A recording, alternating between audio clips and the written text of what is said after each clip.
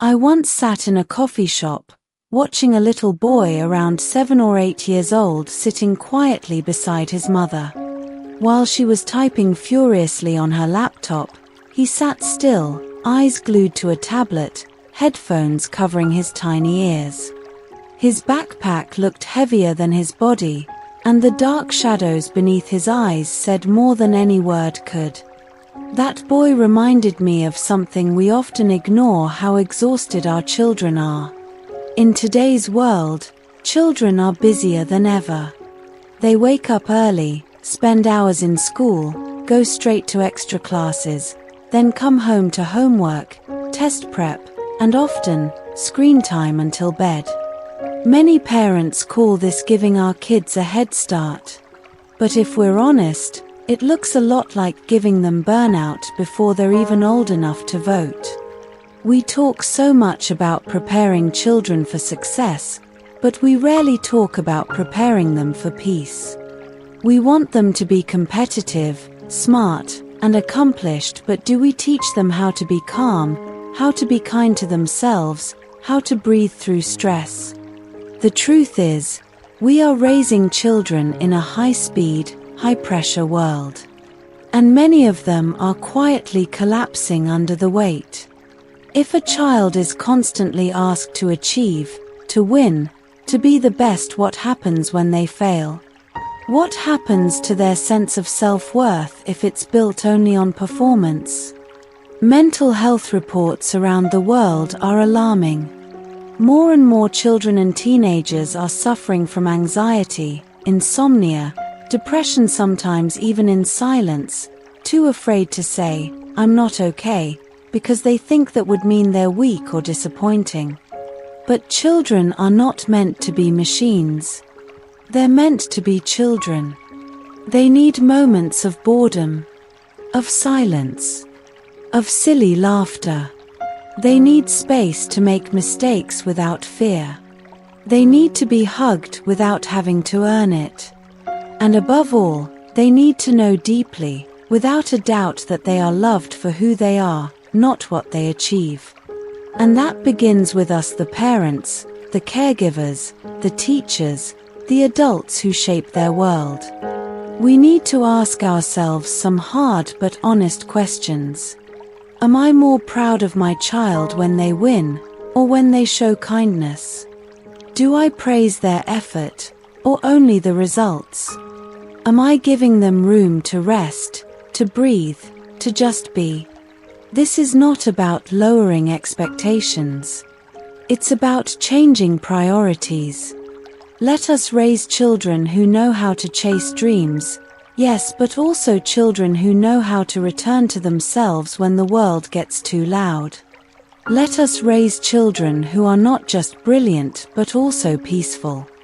Because in the end, what good is success if our children don't know how to sleep peacefully at night? Your child doesn't need a perfect parent, just a present one. There was a time I believed that to be a good parent, I had to do everything right. No yelling. No mistakes. Home-cooked meals. Quality time every day. Educational toys. Balanced schedules. Patience like a saint. Answers to every question. Solutions to every problem. And yet, no matter how hard I tried, I always felt like I was failing somewhere. The truth is, the image of the perfect parent is a trap built from Instagram posts, parenting books, judgmental comments, and our own inner fears. It's a myth that leaves us feeling not enough and leaves our children feeling disconnected from the people who are supposed to love them the most. But here's the reality that changed my life. Children don't need perfect parents. They need present ones. Not parents who know everything. Not parents who never lose their temper. But parents who are there. Emotionally. Mentally. Authentically. A child doesn't remember if you folded their laundry perfectly. But they remember if you were looking at your phone when they wanted to tell you about their drawing. They don't remember the exact dishes you made for dinner. But they remember if you asked them how their day was and really listened. They don't care if the living room was spotless. But they care if you sat beside them while they cried, without rushing them to stop. Presence is not about time, it's about attention. You can spend 3 hours in the same room and still be emotionally absent. Or you can give your child 10 minutes of full attention and make them feel like the most important person in the world. I once spoke to a teenager who said something that broke my heart. My parents love me. I know they do. They work so hard. But I don't think they really know who I am. So many parents are busy providing for their children, working, cooking, planning for their future, that they forget the most important gift is presence in the now. And yes, I know life is busy. Stress is real. Responsibilities are endless. But maybe, just maybe, we're trying to give our children the world, when all they really need is us. You don't have to have all the answers. You don't have to fix every problem. You just have to show up fully, even when you're tired, even when you're unsure, even when life is messy. Some days, being present might look like taking a walk and letting them choose the path. Sitting in silence beside them when they're upset, without rushing them to feel better. Asking, "How's your heart today?" instead of "Did you finish your homework?" Apologizing when you yell, and showing them that it's okay to be human. Being a present parent doesn't mean being perfect. It means being real. It means choosing to connect even when it's inconvenient. It means listening even when you're exhausted. It means loving, over and over, even when you're learning as you go. Because children don't learn emotional safety from lectures. They learn it from our eyes when they look afraid. They learn it from our arms when they feel small. They learn it from our voice when we say, "I'm here." In the end, what matters most isn't what you did right or wrong. It's that your child grew up knowing, "I was never alone." And maybe that's what parenting is really about. Slowing down to see your child grow. There's a moment that happens in every parent's life, a moment when you suddenly look at your child and realize, when did you get so big? It usually happens on an ordinary day. You're tying their shoelaces and notice their feet no longer fit in your hand. Or you hear them speak with a tone that sounds grown. Or they ask you a question that you're not ready to answer. You blinked and they grew. But the real question is, were you there to see it? Not just physically, not just in photos, but in spirit, in presence, in memory. We live in a world that moves fast, too fast. Our days are filled with to-do lists, deadlines, phone notifications, noise. We scroll through feeds faster than we can finish a thought. We multitask conversations. We text while we talk. And slowly, we forget to see. Children don't grow in leaps and bounds. They grow in subtle changes, in the way they pronounce a word differently, in the questions they begin to ask, in how they go from needing your hand to walking a few steps ahead. If we're not careful, we miss it all. I once spoke with a father who worked overseas for 3 years. When he returned, his son was taller, smarter, more independent, and yet, something was missing. "I came back to a stranger," he told me, "because I was too busy building his future and forgot to be part of his present." But even for parents who are home every day, the same thing can happen. You can be in the same house and still miss the moment your daughter stops playing with dolls. Still miss the way your son starts hiding his feelings. Still miss the small cues that say, "I need you to notice me." Slowing down doesn't mean doing nothing. It means prioritizing connection over completion.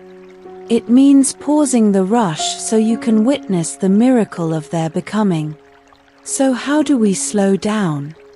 It starts with the little rituals, those soft, sacred spaces where children open up. Morning hugs that last a few seconds longer. A daily walk where phones stay in pockets. Reading one more page of the bedtime story, even when you're tired. Looking them in the eye when they speak. Asking, "What made you smile today?" instead of "Did you finish your math?"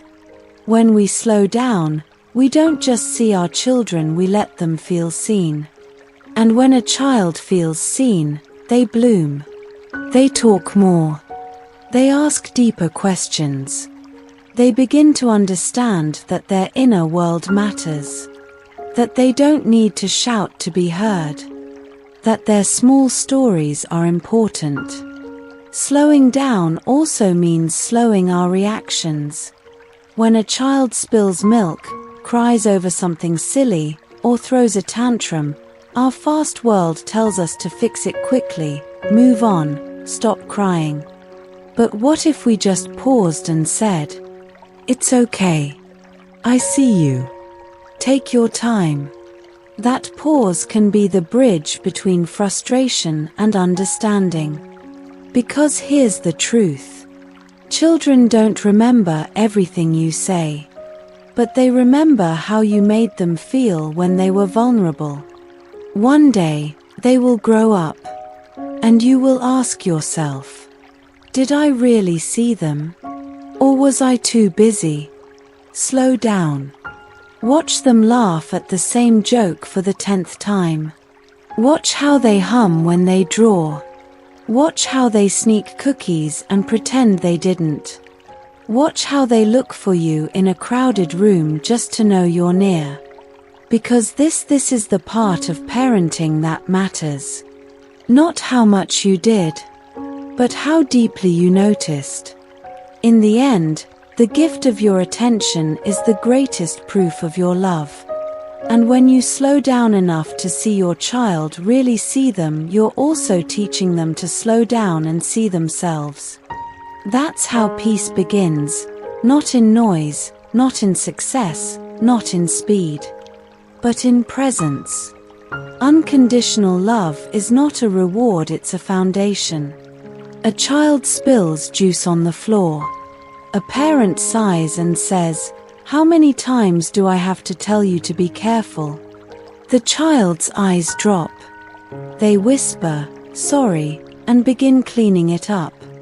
It's a simple moment and we've all been there. But beneath the surface, something deeper is happening. The child is learning. When I mess up, love becomes distant.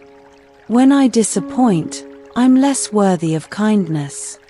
Maybe I have to earn love. And that quietly, invisibly becomes the root of so many struggles later in life. We live in a world that measures people by performance. Grades, salaries, trophies, likes, applause. And slowly, children absorb the message. I am valuable if I succeed. I am lovable if I behave. I am enough if I make others proud. But love, real love, the kind that nurtures a peaceful, happy mind, must be unconditional. Not based on good behavior. Not based on accomplishments. Not something given when a child pleases you, and taken away when they don't. Because the love a child receives in their early years becomes the blueprint for how they treat themselves for the rest of their life. A child who only feels loved when they succeed will grow into an adult who fears failure. A child who's only praised when they're quiet will grow into someone who hides their emotions. A child who's only embraced when they're good will grow into someone who performs for acceptance. But a child who is loved unconditionally even when they spill, cry, break down, or rebel learns something rare and powerful. I don't have to be perfect to be loved. I just have to be me. So how do we show unconditional love? It starts in the smallest moments. Saying I love you even after they've made a mistake. Offering a hug when they're angry, not just when they're sweet. Speaking gently when they fail, not just when they win. Making them feel safe when they're vulnerable, not ashamed. Unconditional love doesn't mean no boundaries. It doesn't mean letting children do whatever they want. It means this. Even when I correct you, I still love you. Even when I say no, I still see you. Even when I'm disappointed in your actions, I never stop holding space for your heart. There's a phrase that stayed with me. Discipline without love creates rebellion. Love without discipline creates chaos. But love with boundaries creates trust. Children crave structure. But what they need even more is certainty, the deep knowing that their parents' love will not disappear when they make a mistake. Think of it this way. Would you still feel safe if the floor disappeared every time you stumbled? Unconditional love is that floor. It says, you can fall, and I'll still be here. It says, you can cry, and I won't push you away. It says, you can be messy, loud, confused, human, and you're still mine. One day, your child will go into the world. They will face criticism, rejection, failure, confusion. What will hold them together in those moments isn't a perfect GPA or a talent certificate. It's the memory that they are fundamentally worthy, no matter what. That memory, that emotional truth is built, brick by brick, in your home. With your words. With your reactions.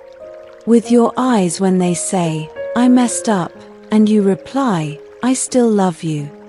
Because in the end, love is not something to be earned. It's something to be given over and over, especially when it's hardest and most needed. Comparison is the silent thief of joy. She's more focused than you. Why can't you be more like your brother? Look at how well your cousin plays the piano. These words, often said without malice, have a lasting echo in a child's mind. We think we're motivating them, pushing them to improve, giving them a goal to reach. But too often, comparison doesn't lift a child up, it slowly wears them down. Because when a child is constantly compared, they don't hear inspiration. They hear, I'm not enough. Who I am isn't quite right. Love and praise are reserved for someone else. Comparison is a thief, a quiet, polite thief. It doesn't shout. It doesn't slam doors. It just quietly removes joy from the room. It steals a child's ability to celebrate themselves. It replaces self-worth with insecurity. It replaces curiosity with competition. And over time, it replaces confidence with shame. The danger of comparison is not only that it makes a child feel less than, but that it makes them constantly seek external validation. A child who grows up hearing they're not as good as someone else might overcompensate, trying to be perfect to earn praise. Withdraw, believing they'll never measure up. Learn to compare themselves to others endlessly, even in adulthood. We don't mean to harm. Often, comparison comes from our own childhood. Maybe we were compared, too. Maybe we were told, other kids study harder, that boy is taller, that girl is better spoken. And without realizing it, we pass it on. But we can stop the cycle. We can replace comparison with connection. Instead of asking, why aren't you like your sibling? Ask, what makes you proud of yourself today? Instead of saying, your friend scored higher. Say, I saw how hard you studied, that's what really matters. Instead of pointing to someone else as the standard, make your child's personal growth the measurement. Celebrate small steps. You focused longer today than yesterday. You asked a great question in class. You helped someone without being asked. Let your child know that their journey is theirs alone. Not a race. Not a contest. But a path meant to be walked with presence and peace. It's also important to acknowledge their feelings. If they come home saying, I'm not as good as Sarah, don't rush to say, don't be silly. Instead, listen. Then gently say, Sarah has her strengths. You have yours. The world needs both.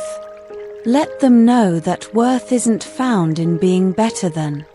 It's found in being true to who you are. Because when a child feels safe to be themselves without comparison, they begin to explore their true potential. They begin to ask, what do I love? What makes me come alive? How can I grow, not to compete but to express? And those questions lead not only to achievement, but to joy. So the next time you feel the urge to compare, pause. Look at your child as they are, not as they could be if they were someone else. And say, you don't need to be anyone else. I love watching you grow. Because that's what children need most. A place where they don't have to earn love by being better. Just by being real. True confidence grows from within, not from praise alone. She's so smart. You're amazing. Good job. That's perfect. We say these things with love. We want our children to feel valued, encouraged, proud. And yes, positive words matter. They can uplift a child, make them smile, motivate them to keep going. But here's the truth that many of us overlook. Too much praise, especially the wrong kind, can create fragile confidence.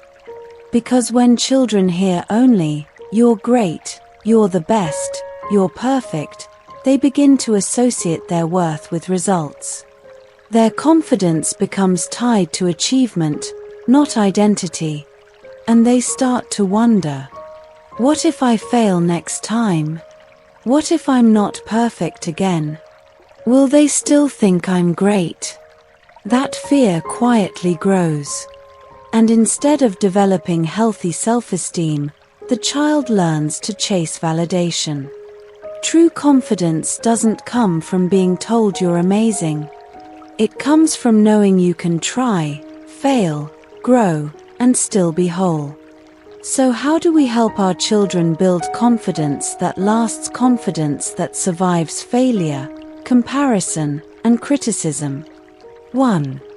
Praise the process, not just the result. Instead of saying, you got an A, you're so smart. Say, I saw how hard you studied, you really showed perseverance. When you praise the effort, strategy, and focus, your child learns that success is within their control. They learn that hard work matters more than talent alone. And when things don't go well, they don't feel broken, they feel challenged. 2. Normalize mistakes. Confidence doesn't mean getting everything right. It means believing you can handle what goes wrong. Tell your child stories of your own mistakes, how you learned, how you grew. Celebrate effort, even when the outcome isn't perfect. Say things like, "It's okay to mess up. That's how we learn." Trying something hard shows real courage. What part of this felt challenging? Let's talk about it. This teaches children that their value isn't tied to performance, it's rooted in their willingness to show up. 3. Let them solve problems themselves, when safe. It's tempting to step in and fix things. But when we rescue our children too quickly, we send a silent message. You can't handle this. Instead, give them space to try. Support them emotionally, not just practically. Let them feel frustration and let them discover they can overcome it. The moment a child solves something difficult on their own is when their confidence takes root deep, quiet, and unshakable. 4.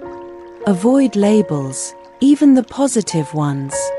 Words like genius, gifted, or the best may seem flattering, but they create invisible pressure. A child begins to feel they must always live up to the label. Instead, focus on who they are becoming. You're so thoughtful in how you approach things. I admire how curious you are. You're developing such a creative way of thinking. These words affirm character, not just performance. 5. Be their mirror, not their judge. Children see themselves through our eyes. The way we respond becomes their inner voice. When they stumble, do we scold or support? When they doubt, do we shame or affirm? When they question themselves, do we rush to fix or help them reflect? The goal is to build a voice inside them that says, "I can try again. I'm learning. I don't have to be perfect to be enough." That voice becomes their compass. And in a world full of noise, it becomes their peace. Confidence is not built in a day. It's built in every conversation, every challenge, every small moment where a child is reminded, "You are capable. You are loved even when you struggle. You don't have to earn your worth." Because when a child knows this deeply, they carry a strength no applause can give and no failure can take away, turning mistakes into moments of growth. There's a moment every parent dreads: the spilled drink, the broken vase, the failed test, the angry outburst. In that instant, we often react with frustration. How many times have I told you? You should know better. What were you thinking? But here's the truth: that moment, messy as it is, holds more potential than we think. Because mistakes aren't the end. They're beginnings.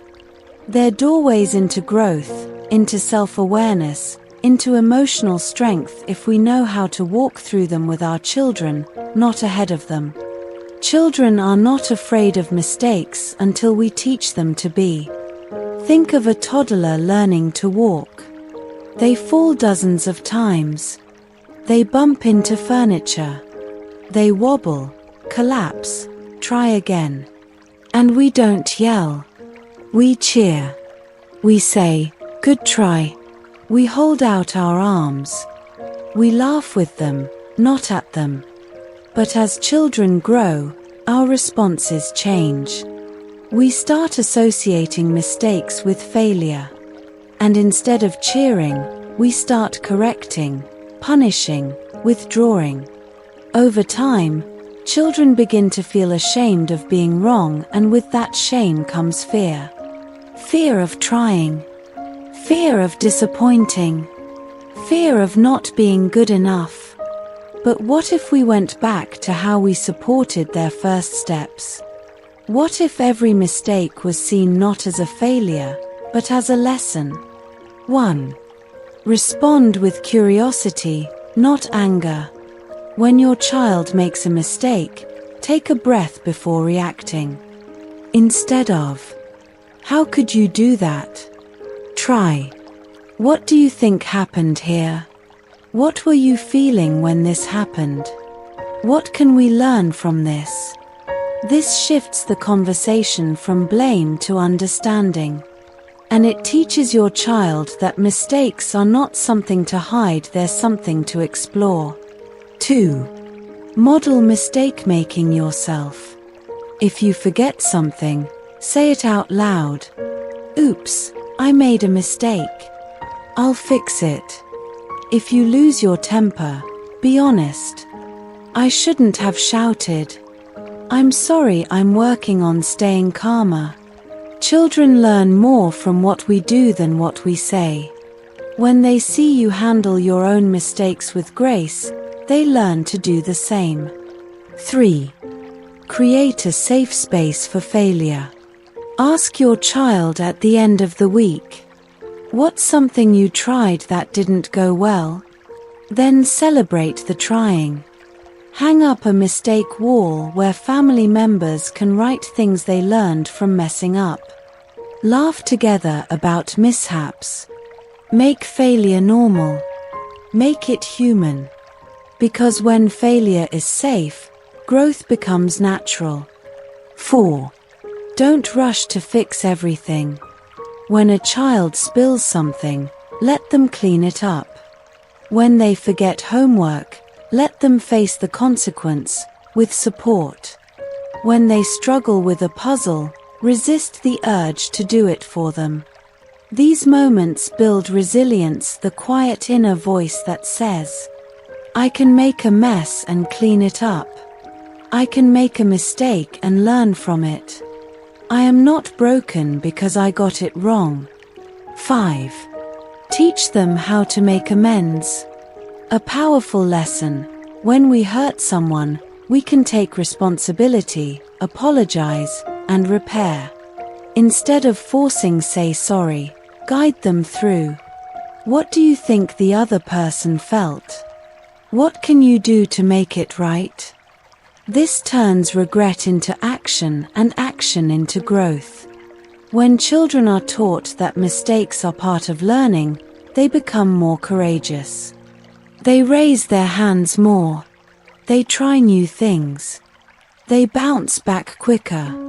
And most importantly, they don't carry the heavy burden of shame. They understand that failure is not an identity. It's a teacher. It's a mirror. It's a friend on the road to becoming whole. And isn't that what we want for them? Not a perfect childhood, but a real one, filled with lessons, laughter, and love. Even in the messiest moments. Speak so your child will listen, and listen so your child will speak. "I don't know what's going on anymore. My child barely talks to me." That sentence echoes in so many homes. A parent stands at the kitchen sink, confused and hurt. A teenager sits in their room, headphones in, walls up. The silence between them is not peaceful, it's filled with words left unsaid. But communication is not just about talking. It's about connection. And connection doesn't happen when we speak louder. It happens when we listen better. Many parents spend years teaching their children to speak, but forget to teach themselves how to listen. And even more important, how to listen without fixing, judging, or rushing. Speech balloon children stop sharing when they feel unheard. When they try to talk and we interrupt. When they express fear and we dismiss it. When they cry and we say, "You're overreacting." When they're vulnerable and we correct instead of comfort. Over time, children learn that speaking up is not safe. So they stop. Not because they have nothing to say, but because they're tired of not being heard. So how do we speak so our children will listen, and listen so they will speak? Let's begin with the most powerful tool: presence. Put down the phone. Turn your face toward them. Make eye contact. Let them see that they matter more than whatever is on your screen. Because when your attention is scattered, your child doesn't hear your words, they hear your absence. 1. Replace commands with connection.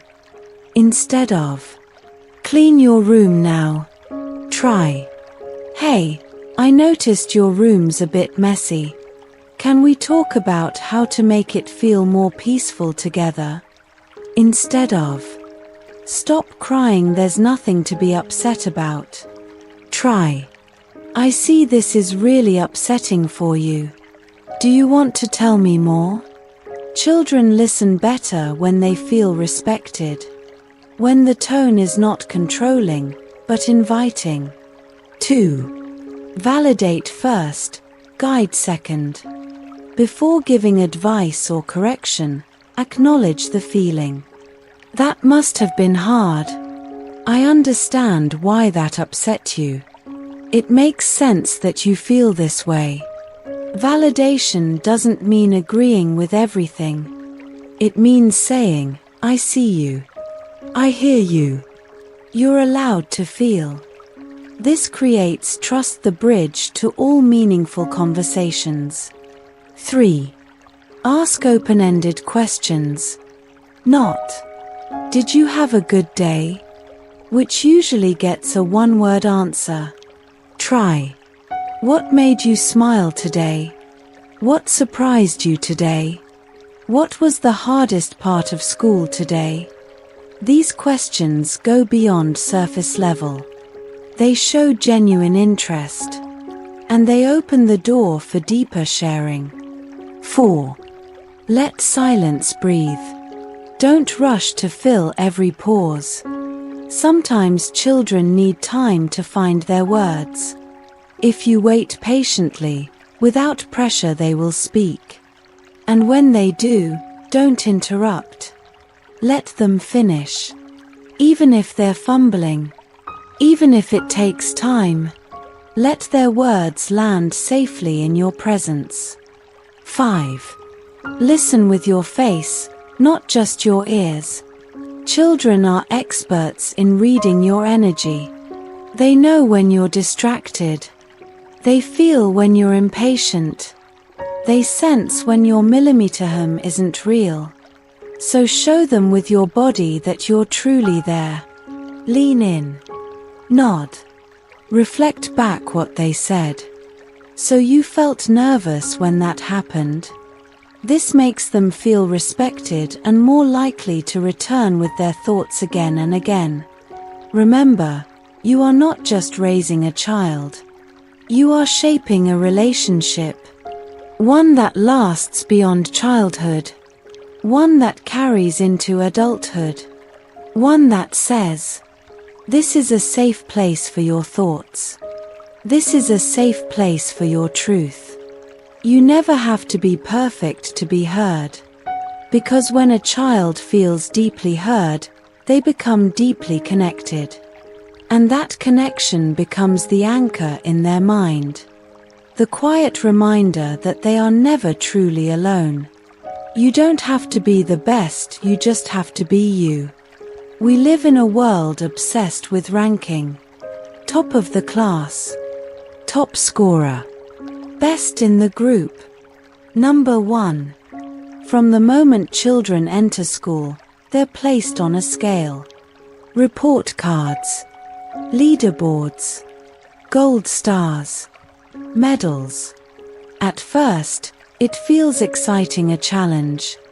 But over time, something dangerous creeps in. They start to believe, "If I'm not the best, I'm not good enough. If I can't be number 1, I've failed. If someone else shines, it means I've lost my light." That belief is heavy. It's exhausting. It crushes creativity, kills curiosity, and turns learning into survival. We don't mean to do this. As parents, we want the best for our kids. We celebrate their success. We encourage ambition. But sometimes, without realizing it, we start sending this message. You're worthy because you achieve. That message, repeated again and again, teaches a dangerous lesson. Your value is in your performance, not in your personhood. But what if we changed that? What if we taught children that they don't have to be the best, they just have to be themselves? True fulfillment comes not from outperforming others, but from becoming who you really are. Not every child will be an A student. Not every child will be the star athlete, the lead in the play, or the math genius. And that's not just okay, it's beautiful. Because every child has a different rhythm. Some bloom early, some bloom late. Some excel in books, some in kindness. Some shine on stage, others behind the scenes. Some love numbers, others love stories, animals, tools, movement, or music. The question is not, are you the best? The question is, are you being true to yourself? 1. Celebrate uniqueness, not just excellence. Instead of saying, "Wow, you scored the highest," try, "I love how you explained that in your own way that shows your unique thinking." Instead of asking, "What grade did you get?" ask, "What did you learn that excited you?" Praise the joy of learning, the effort, the spark in their eyes, not just the number on a page. 2. Teach the value of contribution over competition. Shift the focus from winning to belonging. Instead of, "Did you win?" ask, "Did you enjoy working with your team? What part were you proud to contribute?" This helps children value connection, not comparison. 3. Watch your language. Avoid subtle comparisons like, "Your sister did this faster," "You're better than the other kids." These seem harmless, but they train children to define their worth in relation to others. Replace with, "You've grown so much. I'm proud of your journey. I love how you keep going." 4. Let them choose their passions. Some children are born to paint, others to build, others to care for animals, design clothes, fix machines, or write poetry. Give them space to explore. Don't mold them into your dream, help them discover their dream. And when they choose differently than you expected, support them. That support becomes the soil where authenticity grows. 5. Remind them often, your worth is not up for debate. Say it out loud. I love you for who you are, not for what you do. You matter, even when you don't win. You're already enough. These words, repeated over time, become a shield. A grounding place. A quiet inner voice that says, I can breathe. I can rest. I don't have to prove myself to exist. Because in the end, the world doesn't need more best. It needs more whole, honest, free human beings. And your child just as they are is already enough. Daily rituals that nurture inner peace. Peace doesn't come from one big moment. It comes from 100 small ones repeated quietly, gently, every day. Just like a plant grows with daily sunlight and water, a child's inner world is shaped not by lectures, but by rituals. Simple, steady, soulful rituals that say, you are safe here. You are allowed to breathe. This home is your anchor. In the rush of modern life, we often overlook the power of the ordinary. But it's in the ordinary that children find rhythm, security, and calm. Let's explore some daily habits that, when practiced with intention, can slowly nurture deep emotional well-being. 1. A slow morning moment. Instead of rushing out the door, create a 5-minute morning ritual of connection. A hug that lingers. A question like, "What are you looking forward to today?" A shared silence while sipping tea or brushing hair.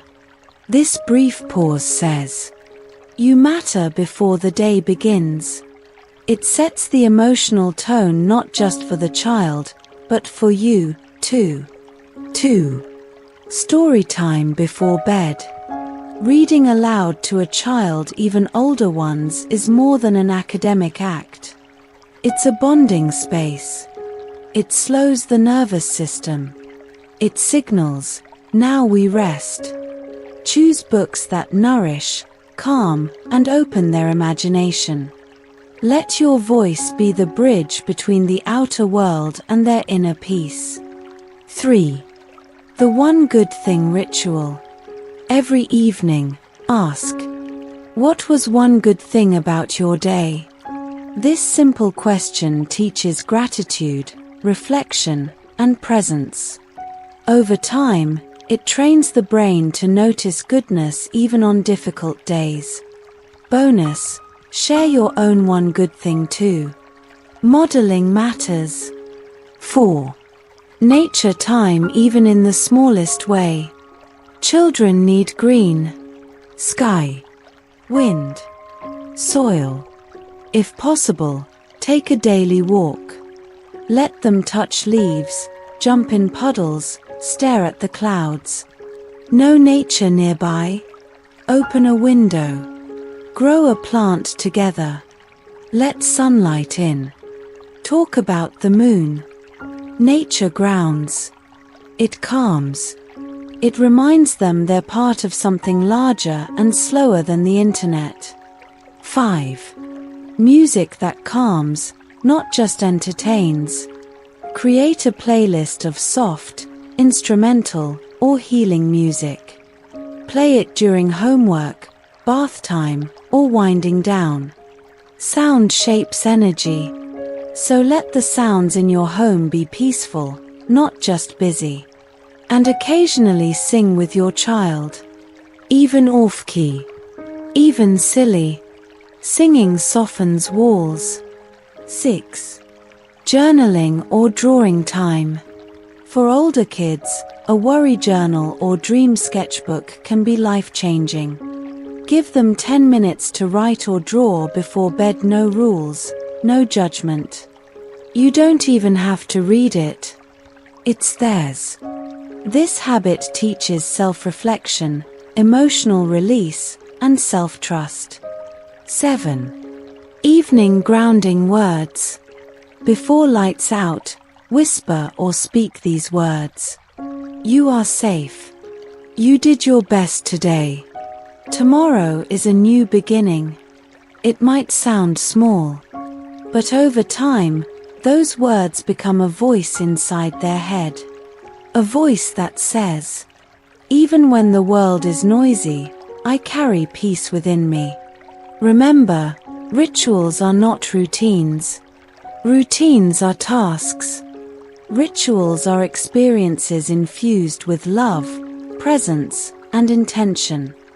They don't have to be long. They don't have to be perfect. They just have to be real. And when practiced daily, they do something extraordinary. They create emotional memory, a reservoir of peace your child can return to, even years later. One day, your child may face chaos, anxiety, uncertainty, but they'll remember. My home had quiet mornings. My parent looked into my eyes.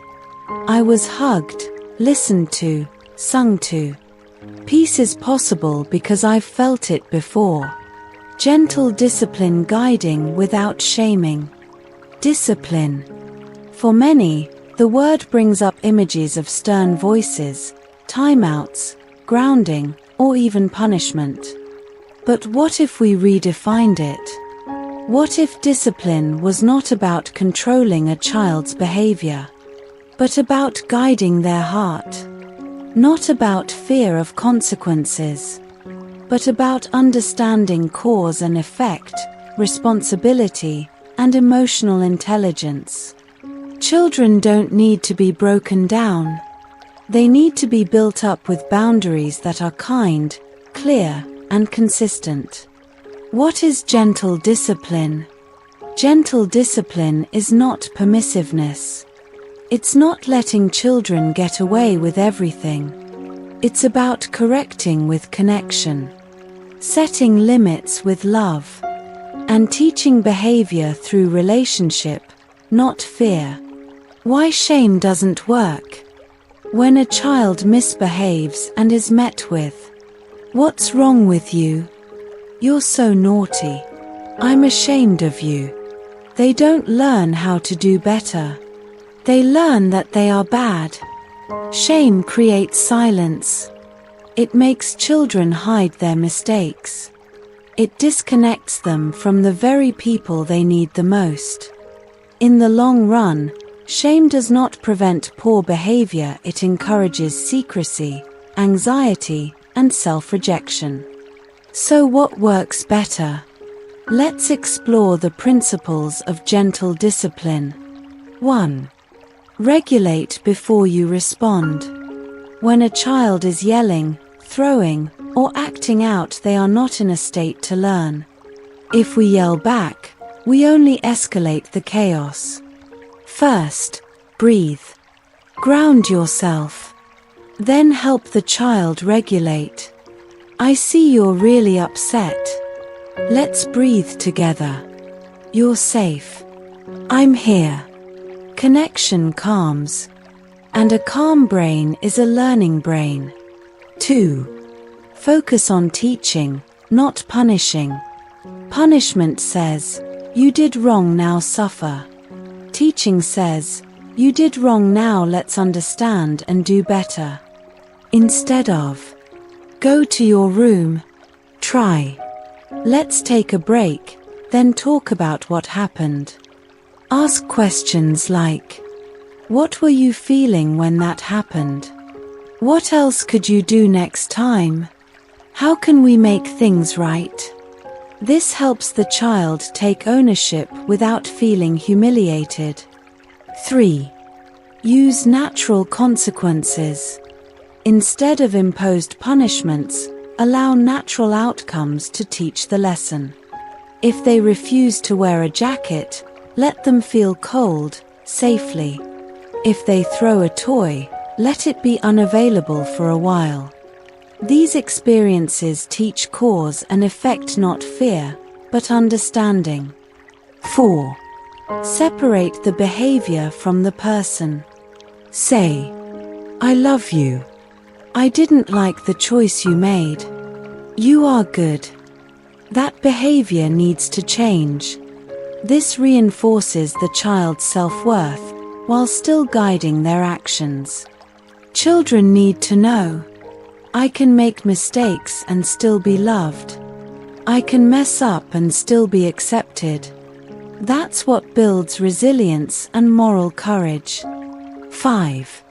Repair and reconnect.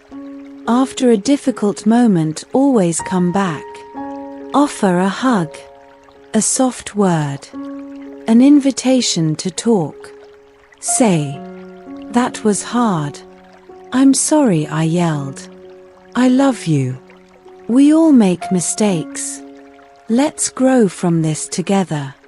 These moments rebuild trust. They show your child that love doesn't disappear during conflict. And that's the kind of discipline that teaches best, not through fear, but through belonging.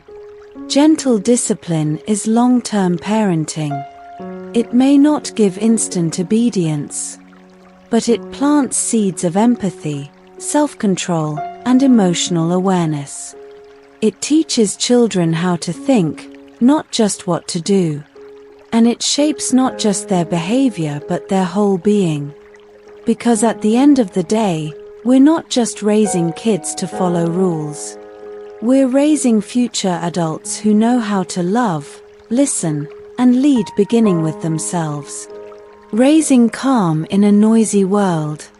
The world our children are growing up in is louder than ever. Louder screens. Louder schedules. Louder opinions. Louder expectations. From morning to night, they're bombarded with noise, not just auditory, but emotional and mental. Be faster. Be better. Don't miss out. Don't fall behind. Even moments of stillness are filled with notifications, videos, constant stimulation. It's no wonder that anxiety, distraction, and burnout are showing up in children earlier and earlier. But here's the quiet truth. A calm child is not born, they are raised. They are shaped by what they see, hear, and feel every day. And while we can't shield them from the world's noise, we can teach them how to return to silence within themselves. 1. Model calmness, don't demand it. You can't tell a child, calm down, while you're yelling. You can't teach peace by being panicked. Children don't just follow instructions, they absorb energy. So when things get loud, start with you. Breathe slower. Lower your voice. Pause before reacting. This teaches your child. When things are overwhelming, I can slow down. I don't have to match the chaos. Your nervous system becomes their reference point. 2. Create a calm down corner. Designate a small space at home, not as punishment, but as refuge. A soft chair. A few calming toys. A coloring book. A cozy light. Maybe even a name, like the peace spot. Teach your child that this is a place they can go when emotions feel too big. It's not a timeout. It's a time in. Over time, they learn emotional regulation not through suppression, but through self-soothing. 3. Introduce mindfulness simply and playfully. Mindfulness doesn't have to be formal meditation. It can be a 5 senses check-in. What can you see?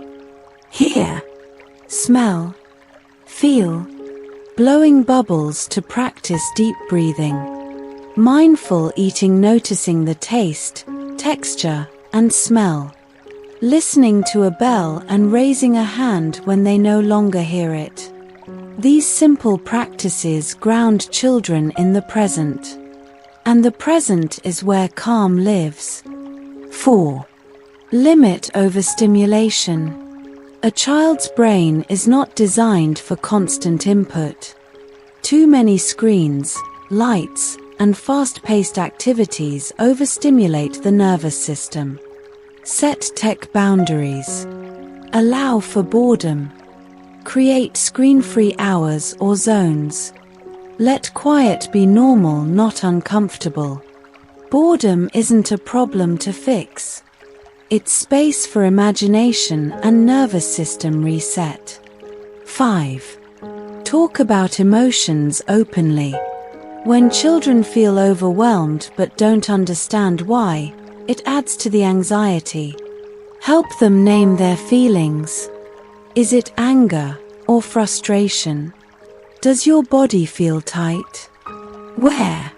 What does your heart need right now? Emotionally literate children become more centered, less reactive, and more resilient.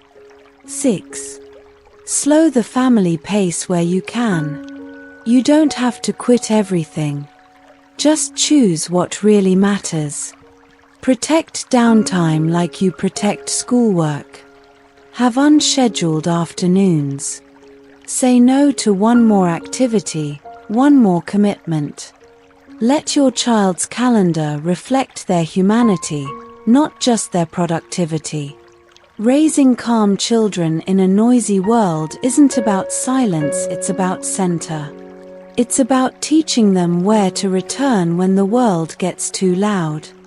It's about giving them tools to handle stress without becoming stress. It's about helping them feel grounded, even when life shakes.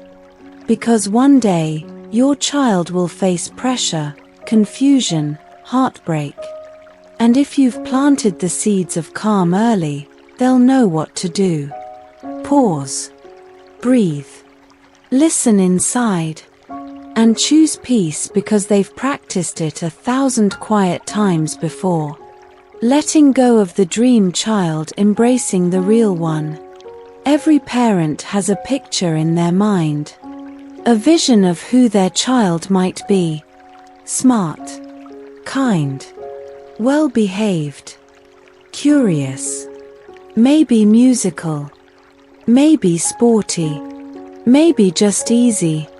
It starts even before they're born. That quiet imagining. What will they love? What will they be good at? How will the world see them? And then the child arrives. With their own personality. Their own pace. Their own temperament. Their own struggles. And sometimes they don't match the picture. They are louder. Quieter. More sensitive. More distracted. Less focused. Less social. More emotional. And as the gap grows between the child we imagined and the child we have, something dangerous can creep in. Disappointment. Frustration. Quiet grief. Subtle control.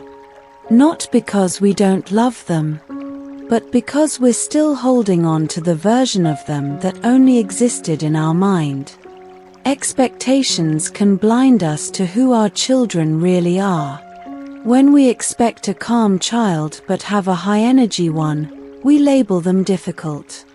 When we expect a math whiz but have a creative dreamer, we call them unmotivated.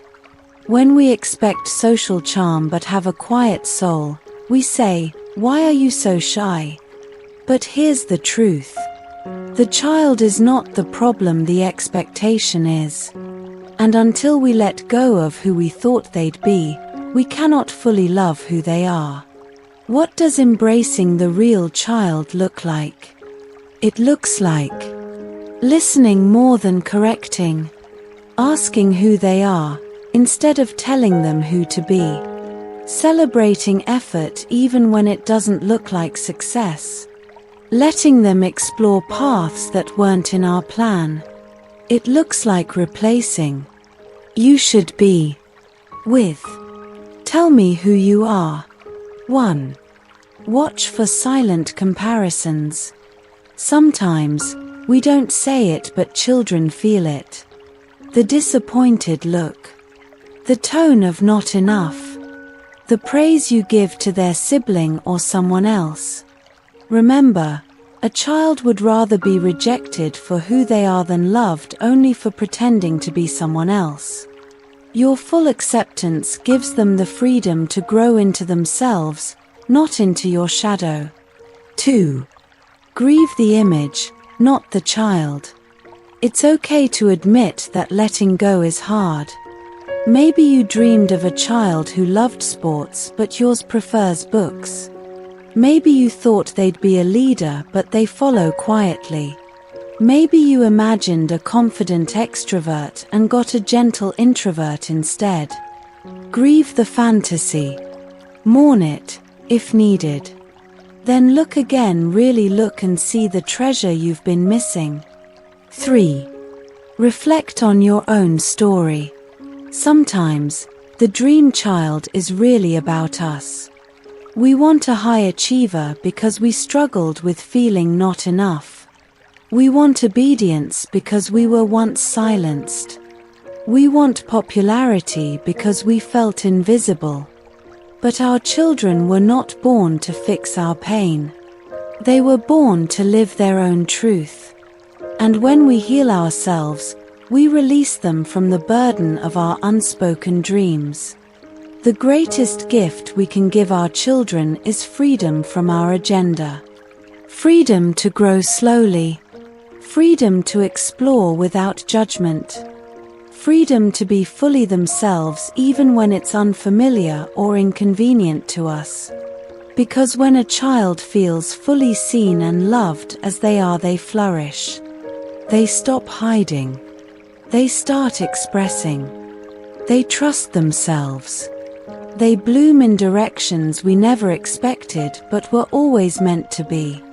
In the end, it's not about who they become. It's about this. Did I love them deeply, not because they met my vision, but because they revealed their own?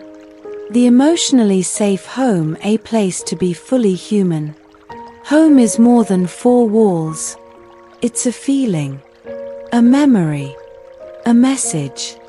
And for a child, home becomes the first mirror reflecting how they should feel, express, behave, and belong. Some homes are clean, well organized, filled with good intentions, but emotionally cold.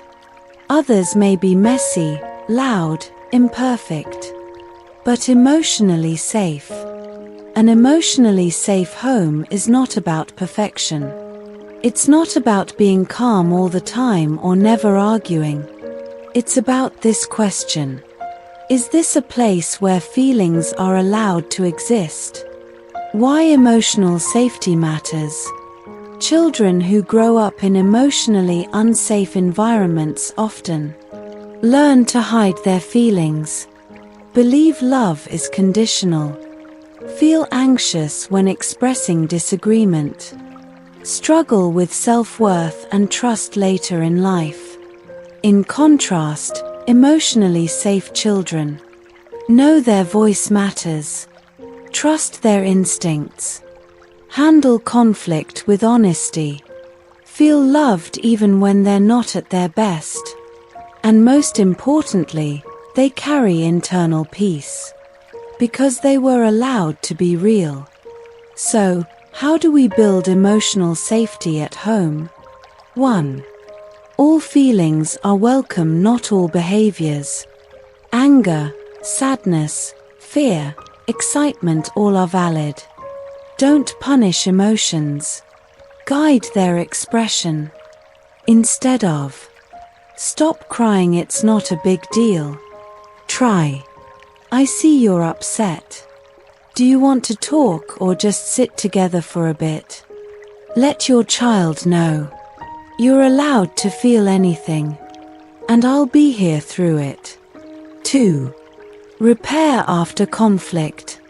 Every parent loses their temper. Every family has tense moments. But what creates safety is repair, coming back to say, I'm sorry I shouted. I was overwhelmed. That wasn't fair to you. This teaches accountability, humility. That love survives rupture. And that is powerful emotional security. 3. Respect privacy and boundaries. Knock before entering their room. Let them say no to hugs. Don't force confessions when they're not ready. Respecting their space teaches, my body and feelings are mine. I am safe to have boundaries. That lesson will protect them for life. 4. Celebrate emotional honesty. When your child says, I feel left out. I don't like how you talked to me. I'm scared. Don't correct or minimize. Say, thank you for telling me. That took courage. Let's figure this out together. Emotional honesty should be rewarded with connection, not criticism. 5. Normalize not being okay. Not every day is joyful. Not every mood is light. Children need to know they don't have to perform happiness. You can say, today was hard, huh? It's okay to not feel okay. Want to rest together in silence. This makes your home a sanctuary, not a stage. Emotional safety doesn't mean avoiding discipline or disagreement. It means disagreeing with dignity, correcting with compassion, holding boundaries with warmth. It means your child knows, I can make mistakes and still be loved. I can express who I am and still belong. I don't have to hide any part of me to stay close to you. Because one day, they'll face a world that tells them to toughen up, hide their heart, stay small. But if home has been emotionally safe, they'll already know, I am whole. I can feel deeply and still be strong. I carry peace inside, because I've lived it. And in that wholeness, they will find not just calm but courage. What your child will remember. Years from now, your child will grow up. Their shoes will no longer be scattered at the door. Their laughter will no longer echo down the hallway every night. Their tiny hands will have grown into steady, capable ones. And one day, perhaps as they pack for college, or hold their own child in their arms, they will pause, close their eyes, and remember. But what will they remember? Not the test scores. Not the perfectly packed lunches. Not the number of after-school activities. Not even whether the laundry was always folded on time. No, they will remember the moments. The soft, ordinary, sacred moments when love felt real and present. They will remember the way you looked into their eyes when they spoke, the warmth of your hug after a hard day, the stories you read for the 100th time, just because they asked, the way you knelt down, not to lecture but to listen, the quiet assurance in your voice. You are enough. I see you. I'm here. They will remember the feeling of being accepted, exactly as they were. Even on the messy days. Even when they failed. Even when they were loud, or sad, or difficult to love. And that memory, that emotional imprint, will become part of who they are. Because how we love our children today becomes the voice inside them tomorrow. If we love with pressure, they may grow up with anxiety. If we love with comparison, they may grow up with self-doubt. If we love only when they succeed, they may grow up fearing failure. But if we love them with presence, they will grow up feeling seen.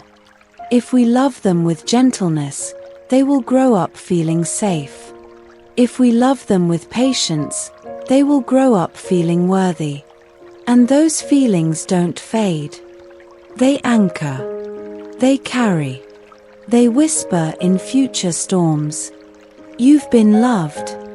You can handle this. You are whole. Parenting is never about perfection. It's about intention. And it's about choosing again even when we fall short. Choosing to sit on the floor and play. Choosing to say I'm sorry. Choosing to ask, how are you really feeling today? Choosing to slow down, even when the world says hurry up. Because those choices create connection. And connection creates memory. And memory safe, loving, warm becomes peace that lasts a lifetime. So in the end, your child will remember. Not whether you were perfect, but whether you were present. Not whether you had all the answers, but whether you were willing to listen. Not whether you always got it right, but whether your love stayed, even when things went wrong. They'll remember that home was not just a place. It was a feeling, a truth, a shelter, a quiet yes that echoed in their heart, no matter how far they wandered. You were loved, just as you are, always. And that, dear parent, is more than enough.